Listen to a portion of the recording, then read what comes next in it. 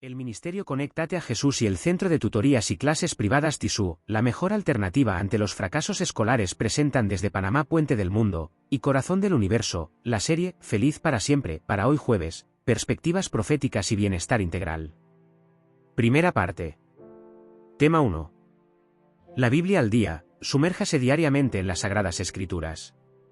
Esta miniserie ofrece un encuentro fresco y aplicado con la palabra de Dios, nutriendo su alma y fortaleciendo su fe día tras día. Libro texto, la Biblia.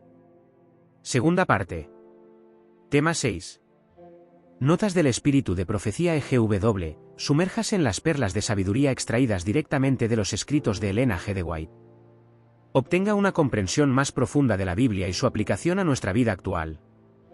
Notas del sitio de EGW. Tercera parte. Tema 11. Mi salud y la vida eterna. Explore la vital conexión entre la salud física, mental y espiritual. Descubra principios prácticos para un estilo de vida equilibrado que honre a Dios y promueva la vida eterna. Libro texto, consejos sobre el régimen alimenticio. Ahora, profe, vamos con la primera parte de este programa de hoy. El tema número 1. La Biblia al día. Iniciemos con la introducción exegética y hermenéutica a la Carta de Santiago. Introducción exegética. La Carta de Santiago es un escrito del Nuevo Testamento atribuido tradicionalmente a Santiago, el hermano del Señor, líder de la Iglesia en Jerusalén, Hechos 15, 13, Gálatas 1, 19. Fue escrita probablemente entre los años 45 a 62 DC, antes de la destrucción del templo en el 70 después de Cristo. Su autor se dirige a las 12 tribus que están en la dispersión, 1, refiriéndose a comunidades judio-cristianas dispersas en diferentes regiones del Imperio Romano. Desde el punto de vista exegético, Santiago tiene un estilo muy práctico y exhortativo, lleno de imperativos y aforismos de sabiduría, parecido a la literatura sapiencial judía, como Proverbios y Eclesiástico. Utiliza ejemplos cotidianos y referencias a la vida diaria, la lengua, las riquezas, la fe activa, para enseñar una ética cristiana concreta. El texto está en griego koiné, pero conserva rasgos semíticos en su estilo, lo que sugiere un autor judio-cristiano con formación helenística. Introducción hermenéutica. Hermenéuticamente, la Carta de Santiago ha sido interpretada de diversas maneras. Énfasis en las obras. Se le ha acusado de contradecir a Pablo, especialmente Romanos y Gálatas, al insistir en que la fe sin obras está muerta. 2:26. Sin embargo, la carta no niega la justificación por la fe, sino que insiste en que la fe genuina produce obras. Ética comunitaria. Santiago enfatiza la vida comunitaria, cuidar a los huérfanos y las viudas, resistir la tentación, no discriminar a los pobres, controlar la lengua y la codicia. Sabiduría práctica. Sus enseñanzas se asemejan a los dichos de Jesús en los Evangelios, especialmente el Sermón del Monte, destacando la humildad, la mansedumbre y la justicia social. En suma, Santiago presenta una fe viva que transforma la vida cotidiana y la comunidad cristiana. No es una carta doctrinal especulativa, sino una guía práctica para vivir la fe de forma auténtica y coherente. 2. Redacción continua del capítulo 1, sin numeración. Carta de Santiago, capítulo 1. Santiago, siervo de Dios y del Señor Jesucristo, a las 12 tribus que están en la dispersión, salud. Hermanos míos, tened por sumo gozo cuando os halléis en diversas pruebas, sabiendo que la prueba de vuestra fe produce paciencia. Mas tenga la paciencia su obra completa, para que seáis perfectos y cabales, sin que os falte cosa alguna. Y si alguno de vosotros tiene falta de sabiduría, pídala a Dios, el cual da a todos abundantemente y sin reproche, y le será dada. Pero pida con fe, no dudando nada, porque el que duda es semejante a la onda del mar, que es arrastrada por el viento y echada de una parte a otra. No piense, pues, quien tal haga, que recibirá cosa alguna del Señor. El hombre de doble ánimo es inconstante en todos sus caminos.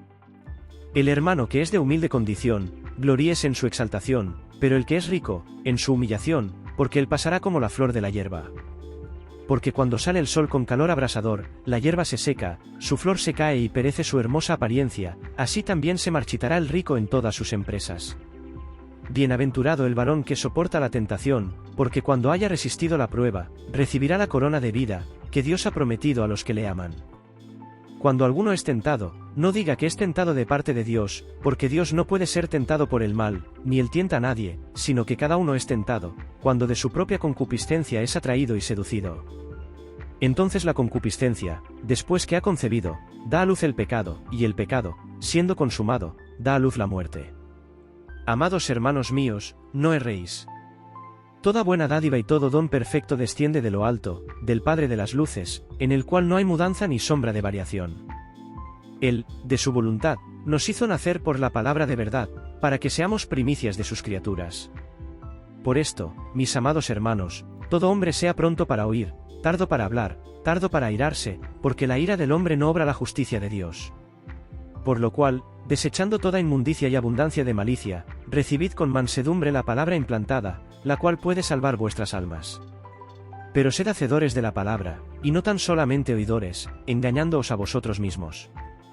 Porque si alguno es oidor de la palabra pero no hacedor de ella, este es semejante al hombre que considera en un espejo su rostro natural. Porque él se considera a sí mismo, y se va, y luego olvida cómo era.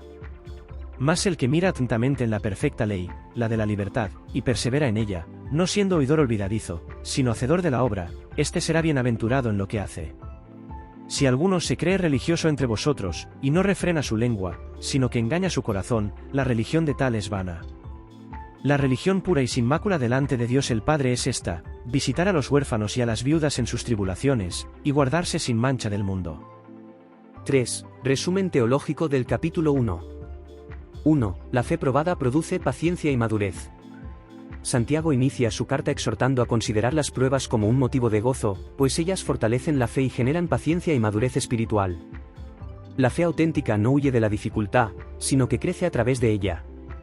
2. La sabiduría divina y la fe sin duda. Se destaca la importancia de pedir sabiduría a Dios con fe, sin dudar. Dios es generoso y da abundantemente, pero la duda nos hace inestables. La fe firme es indispensable para recibir de Dios. 3. La perspectiva correcta sobre la riqueza y la pobreza. Santiago llama al humilde a gloriarse en su exaltación y al rico en su humillación, recordando que la riqueza terrenal es efímera. Esta enseñanza promueve la humildad y la dependencia de Dios, no de las riquezas. 4. La tentación y la responsabilidad personal. La tentación surge de los propios deseos desordenados, no de Dios. Santiago enseña que el pecado comienza en el corazón y termina en muerte si no es enfrentado. Así, resalta la responsabilidad personal en la lucha contra el pecado. 5. Dios como dador de todo bien y fuente de nueva vida. Todo don perfecto proviene de Dios, quien no cambia. Él nos ha hecho nacer de nuevo por su palabra de verdad, haciéndonos primicias de sus criaturas. Esto subraya la gracia de Dios y su bondad inmutable. 6. La escucha activa y la obediencia a la palabra. Se nos exhorta a ser prontos para oír, tardos para hablar y tardos para airarnos. La verdadera religión no consiste solo en oír, sino en obedecer la palabra. El cristiano debe ser hacedor de la palabra y no meramente oidor. 7. La verdadera religión, compasión y pureza. Santiago define la religión verdadera como ayudar a los huérfanos y a las viudas, y mantenerse sin mancha del mundo. Esto conecta la fe con la ética práctica y la compasión social. 4. Análisis especial. Santiago 1. Señor, por favor, dame paciencia. Señor, por favor, dame paciencia para manejar las situaciones que estoy enfrentando. Esta suele ser nuestra súplica. Sin embargo, ¿somos realmente conscientes de lo que estamos pidiendo? En Santiago, capítulo 1, versículos 2 al 4, encontramos lo siguiente: Hermanos míos, tened por sumo gozo cuando os halléis en diversas pruebas, sabiendo que la prueba de vuestra fe produce paciencia. Mas tenga la paciencia su obra completa, para que seáis perfectos y cabales, sin que os falte cosa alguna. Cuando pedimos paciencia, no nos dimos cuenta de que nuestra fe iba a ser puesta a prueba a través de las adversidades para que se desarrollara la paciencia. No estábamos preparados para esto. Y a medida que atravesamos las adversidades, nos preguntamos, ¿por qué, Señor? ¿Por qué estamos pasando por tantos desafíos? No nos dimos cuenta de que pedimos paciencia y el Señor está respondiendo a nuestras oraciones. Analicemos los versículos 2 al 4 para ver qué nos está tratando de enseñar el Señor. Tengamos por sumo gozo Santiago 1, versículo 2.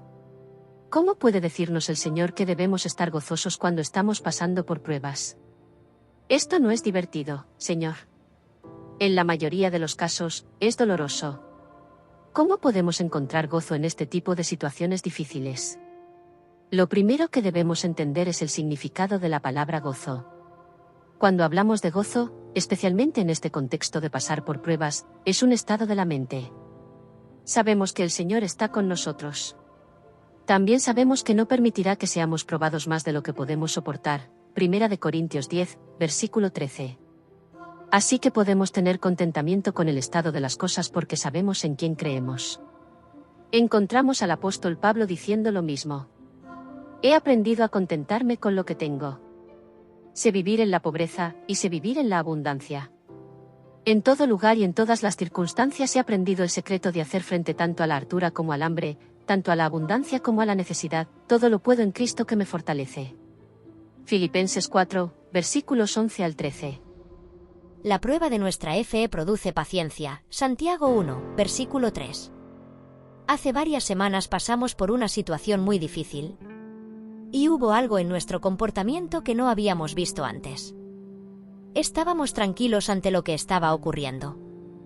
Había paz, y aunque no sabíamos exactamente qué estaba pasando ni por qué, sabíamos que el Señor estaba con nosotros. Finalmente, la situación se aclaró. Era como si hubiésemos estado bajo nubes oscuras y no pudiéramos ver la luz del sol. Y después de un periodo de aproximadamente un mes, el sol finalmente salió tan brillante como antes. Entonces, entendimos que el Señor nos estaba poniendo a prueba y que la paciencia hizo su trabajo perfecto. Cuando pasamos por la prueba, hay una cosa que debemos hacer para tener éxito. Es necesario mantenernos en constante comunicación con el Señor a través de la oración. Otra cosa que también notamos fue que mentalmente salimos de la situación y la miramos desde fuera. Pudimos identificar cuál era la tentación y nos dimos cuenta de que la única forma de tener éxito era manteniéndonos firmes aferrados de la mano de nuestro Señor. Mas tenga la paciencia su obra completa, para que seáis perfectos y cabales, sin que os falte cosa alguna. Debemos recordar siempre que el Señor seguirá poniéndonos a prueba hasta que nuestro carácter se convierta en un reflejo perfecto de su carácter. No debe faltar ni un solo rasgo deseable del carácter, cada uno debe desarrollarse a la perfección. Estas dos palabras, perfecto y cabal, juntas sugieren el logro más completo posible de la vida cristiana. La paciencia nos ayudará a cumplir esta tarea de reproducir el carácter de Cristo, que es la obra que Dios nos ha encomendado. Comentario bíblico adventista sobre Santiago 1, versículo 4. Dios tiene el propósito de que cada uno de nosotros sea perfecto en Él, para que podamos presentar ante el mundo la perfección de su carácter. Él quiere que nos liberemos del pecado, que no defraudemos al cielo, que no contristemos a nuestro divino Redentor. Él no desea que profesemos el cristianismo, y que luego no nos apropiemos de la gracia que nos podrá hacer perfectos, para que no seamos hallados faltos. La oración y la fe harán lo que ningún poder en la tierra podrá hacer. Raramente, nos encontramos dos veces en la mismísima situación. Tenemos que atravesar continuamente por nuevas situaciones y pruebas, donde la experiencia pasada no puede ser guía suficiente. Debemos tener la luz continua que viene de Dios. Cristo manda continuamente mensajes a los que escuchan su voz.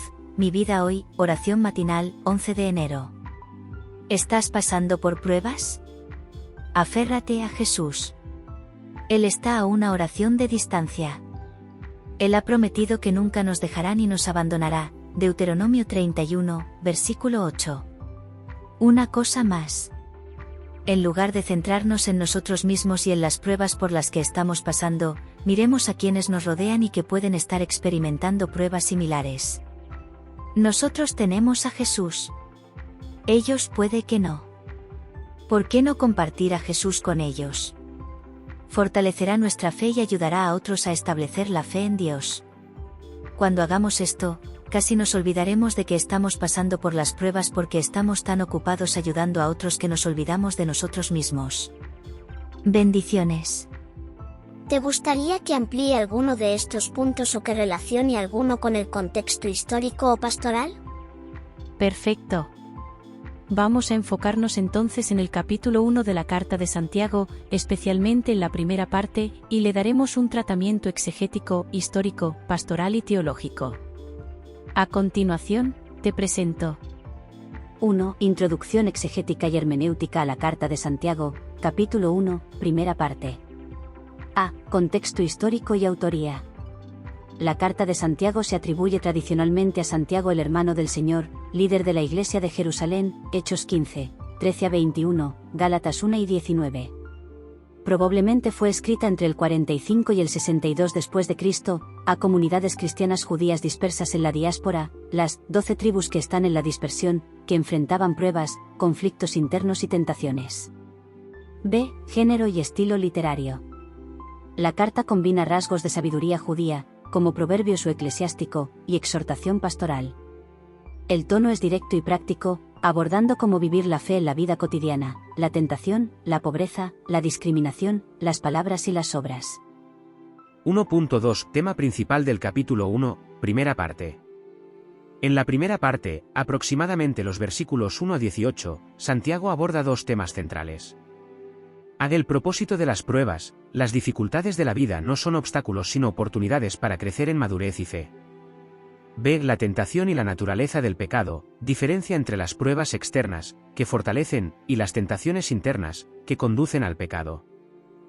C. Claves hermenéuticas. Santiago enseña que la fe auténtica se prueba en la vida real. A. Las pruebas, peirasmos, son vistas como un medio para crecer en perseverancia y carácter. B. Las tentaciones, peirasmos también, pero con matices, surgen de los propios deseos desordenados y no provienen de Dios. Dios, en contraste, es fuente de todo bien y da generosamente. 2. Texto original, Santiago 1 sin numeración de versículos. A continuación te presento la redacción corrida de Santiago capítulo 1. Santiago, siervo de Dios y del Señor Jesucristo, a las 12 tribus que están en la dispersión, salud.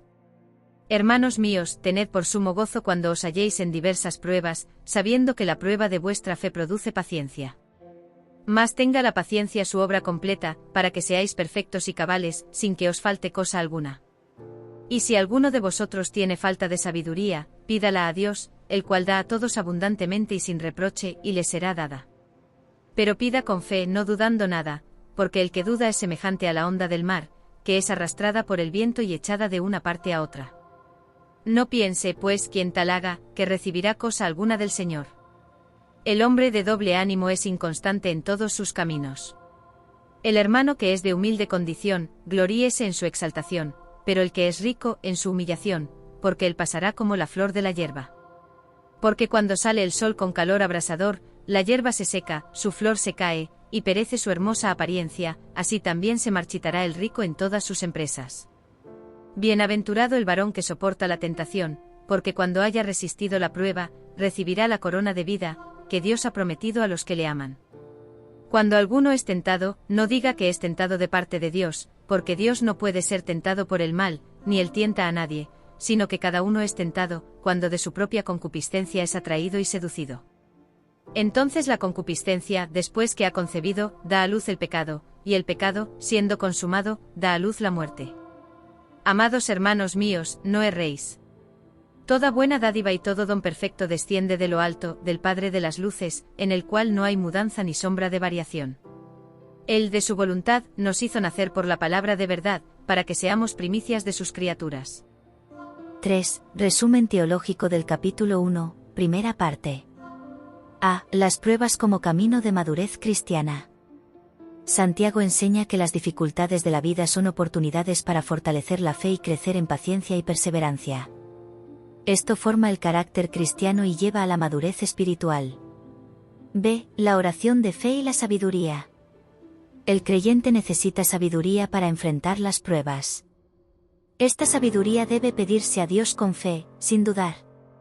La duda desestabiliza y hace al creyente como una ola llevada por el viento. C. La dignidad en la humildad y la fugacidad de las riquezas. Santiago contrasta la situación del pobre y del rico. El pobre debe gloriarse en su dignidad en Cristo, mientras que el rico debe recordar la transitoriedad de su riqueza. D. La tentación y el pecado. Santiago distingue entre la prueba que viene de fuera y la tentación que nace del interior. Dios no es fuente de tentación, más bien, cada uno es tentado por sus propios deseos desordenados.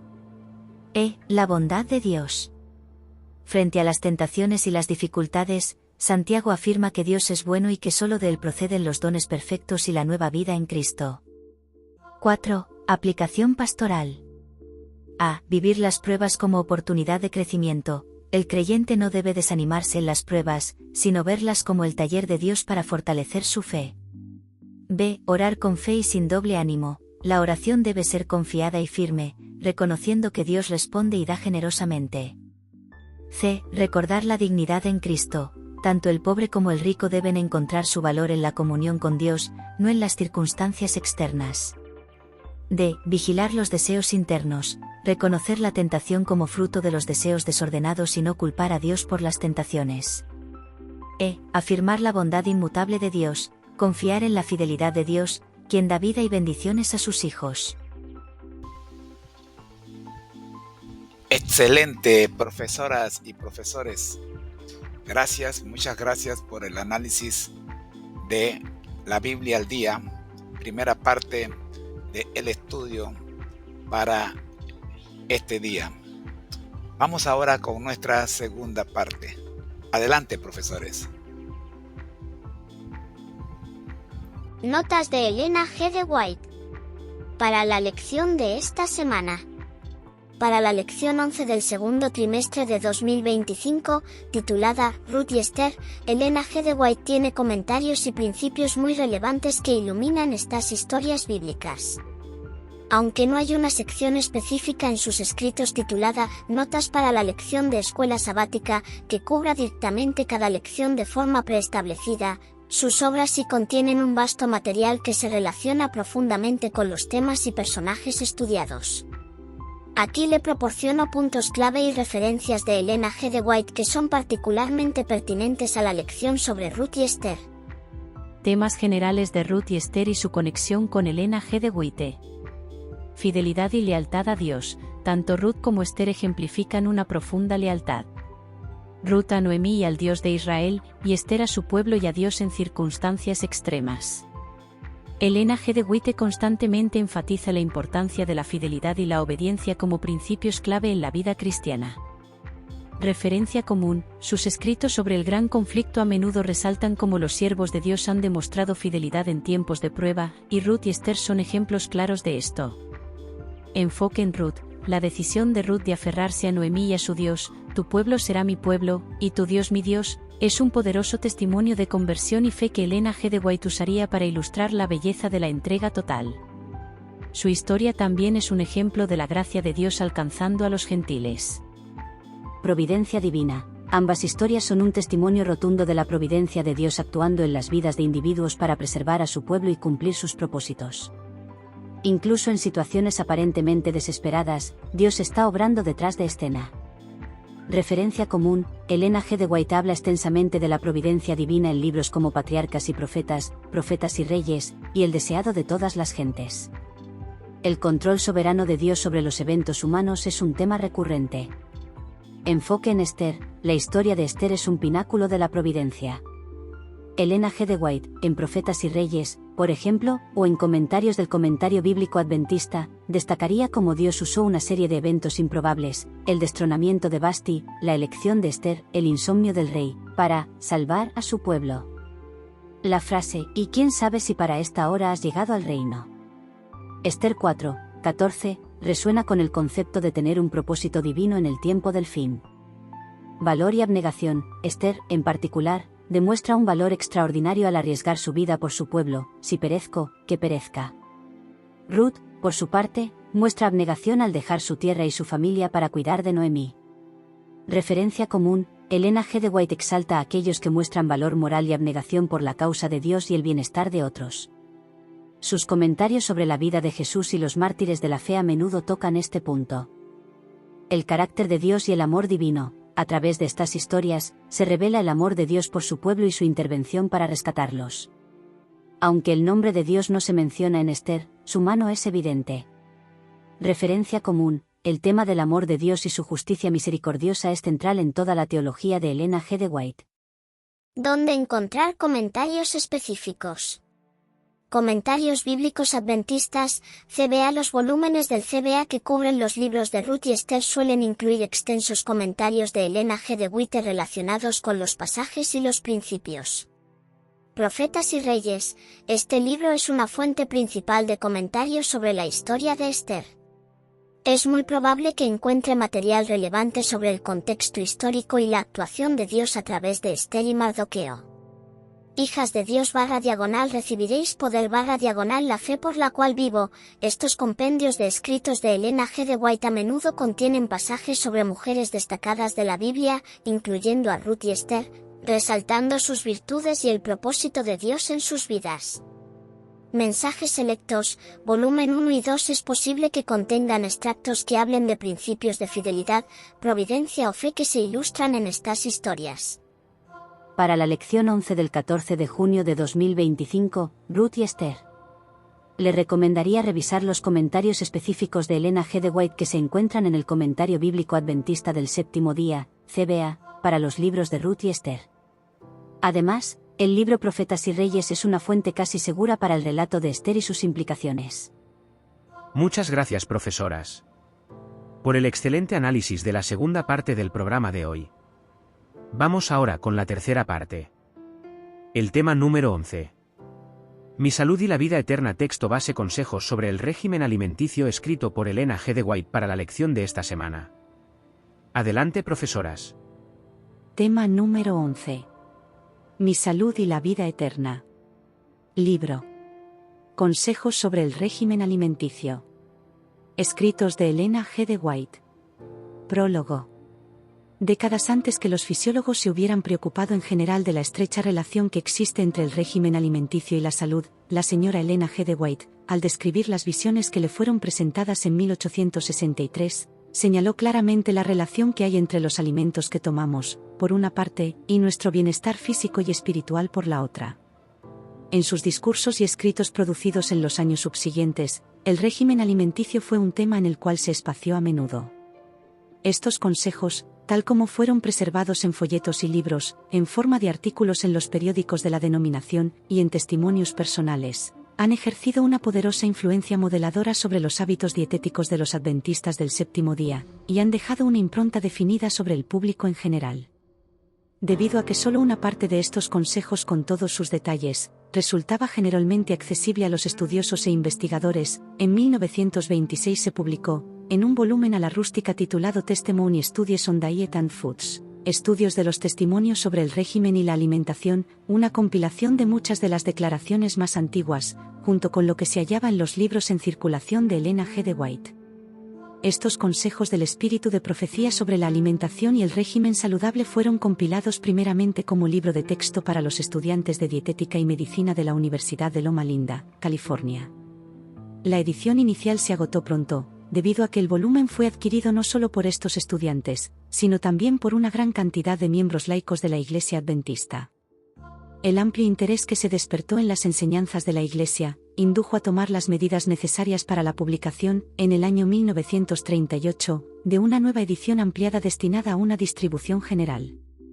El manuscrito del nuevo libro, que en inglés se titula Counsels on Diet and Foods, y que en español hemos denominado Consejos sobre el régimen alimenticio, fue compilado bajo la dirección de la Junta de Fideicomisarios de la Corporación Editorial Elena G. de White, y esta tarea se realizó en sus oficinas, en las cuales resultan asequibles todos los escritos de Elena G. de White, tanto los publicados como los inéditos. Tan entusiasta ha sido la respuesta del público inglés a este volumen, que se efectuaron 4 ediciones sucesivas en 8 breves años. Posteriormente han aparecido otras más. Ahora con este libro se la hace accesible en español a nuestros obreros y hermanos laicos en este tamaño de la biblioteca del hogar cristiano. Se ha hecho un esfuerzo para incluir en este volumen la colección completa de instrucciones emanadas de la pluma de la señora de White sobre el tema del régimen y la alimentación. En tanto que las limitaciones impuestas por el espacio y el deseo de evitar la repetición de los mismos consejos nos han decidido a no incluir cada declaración escrita sobre las fases más generales del asunto, se ha realizado, no obstante, una presentación completa y abarcante. Cada sección de esta compilación es un tratado completo sobre el tema de que trata. A menudo en un solo párrafo se tratan juntas muchas fases de la instrucción sobre temas de salud. Por eso, al dar el contexto, se incurre en una cierta cantidad de repeticiones directas y en repeticiones aproximadas del pensamiento. Pero con el empleo del sistema de referencias cruzadas, es decir, la remisión del lector de una parte del libro a otra, se reducen a un mínimo las repeticiones directas.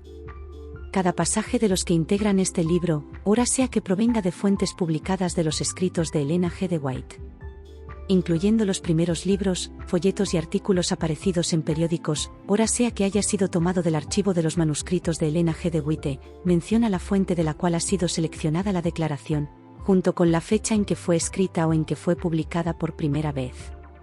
Las declaraciones que componen este volumen fueron escritas, en muchos casos, en una época en que prevalecía una ignorancia general en materia dietética, y cuando la reforma era impopular. Ha resultado halagador presenciar, a través de los progresos realizados en los estudios científicos, la plena verificación de los grandes principios expuestos y a menudo aún de puntos pequeños de instrucción que a través de los años ha recibido la Iglesia Adventista como verdad revelada por Dios. La instrucción total, como conjunto amplio, consistente, bien equilibrado, debe ser estudiada con mente abierta. Así se evitará la aceptación de puntos de vista extremos o radicales basados en un solo pasaje, aislado de su contexto o de declaraciones acompañantes sobre el mismo tema. Que los consejos de este tomo contribuyan a un conocimiento más abarcante y a un respeto más profundo del gran mensaje relativo a la salud que nos ha sido confiado, es nuestro sincero deseo. Fideicomisarios de la Corporación. Editorial Elena G. de White. Resumen del prólogo de Consejos sobre el régimen alimenticio. El prólogo de Consejos sobre el régimen alimenticio presenta el libro como una compilación esencial de los escritos de Elena G. de White sobre la relación entre la alimentación y la salud física y espiritual. Destaca que White ya señalaba esta conexión en sus visiones de 1863, décadas antes de que la fisiología moderna la reconociera ampliamente. La obra es el resultado de una cuidadosa compilación de sus numerosos consejos dispersos en folletos, libros, artículos de periódicos y testimonios personales. Estos consejos han tenido una influencia significativa tanto en los hábitos dietéticos de los adventistas del séptimo día como en el público general. Se explica que la primera compilación de estos escritos, en 1926, se agotó rápidamente, lo que llevó a la publicación de una nueva edición ampliada en 1938 bajo el título Counsels on Diet and Foods en inglés y ahora accesible en español como Consejos sobre el régimen alimenticio. Esta edición fue preparada por la Junta de Fideicomisarios de la Corporación Editorial Elena G. de White, quienes tuvieron acceso a todos sus escritos, publicados e inéditos. El prólogo enfatiza que este volumen busca ser una colección completa y abarcante de las instrucciones de White. Sobre la alimentación. Advierte que debido a la naturaleza de los escritos, a menudo tratando múltiples fases de instrucción en un solo párrafo, puede haber algunas repeticiones, las cuales se han minimizado con un sistema de referencias cruzadas. Finalmente, el prólogo subraya que muchas de estas declaraciones fueron escritas en una época de gran ignorancia dietética y cuando la reforma de la salud era impopular. Sin embargo, los avances científicos modernos han verificado plenamente los grandes principios expuestos, e incluso muchos de los puntos específicos. Se exhorta al lector a estudiar estos consejos con una mente abierta, evitando interpretaciones extremas o radicales basadas en pasajes aislados, y buscando comprender la instrucción como un todo amplio, consistente y bien equilibrado. El deseo es que el libro contribuya a un conocimiento más profundo del mensaje de salud que se ha confiado. Este prólogo establece la autoridad y la relevancia profética de los consejos de salud de Elena G. de White, contextualizando su origen y su validación a lo largo del tiempo. Pregunta para reflexionar. Al que el Señor ¿Le gustaría llama, participar de capacita, este estudio y análisis detallado? al que envía, Por favor, dele a me acompaña, gusta si su respuesta es siempre sí. gozosos conectados a Bendiciones. Jesús y al Espíritu Santo a través de la Biblia. Todos juntos, rumbo al cielo.